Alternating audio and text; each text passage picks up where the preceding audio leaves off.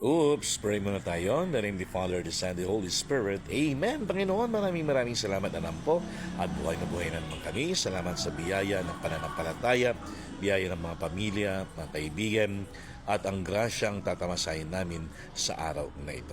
Panginoon, sa araw ng Martes, naway gabayan mo kami, patnubayan, lalong-lalo sa mga pagpasok namin sa mga trabaho at sa mga eskwelahan. Naway ilayo mo kami sa lahat ng kapahamakan, ilayo sa lahat ng karamdaman, upang may pagpatuloy naming mabigyan ka ng papuri sa aming mga pananalita at gawa.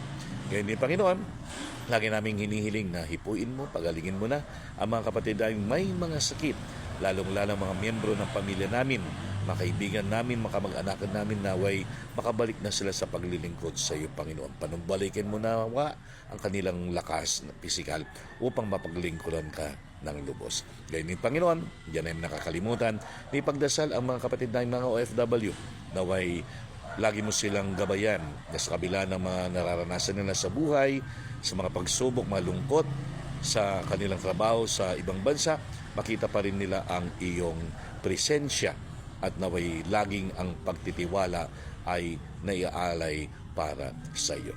Panginoon, sa araw na ito, gawin mo kaming instrumento ng iyong buhay na salita at maging inspirasyon nawa kami sa bawat isa at lalo-lalo na sa aming pamilya. Amen.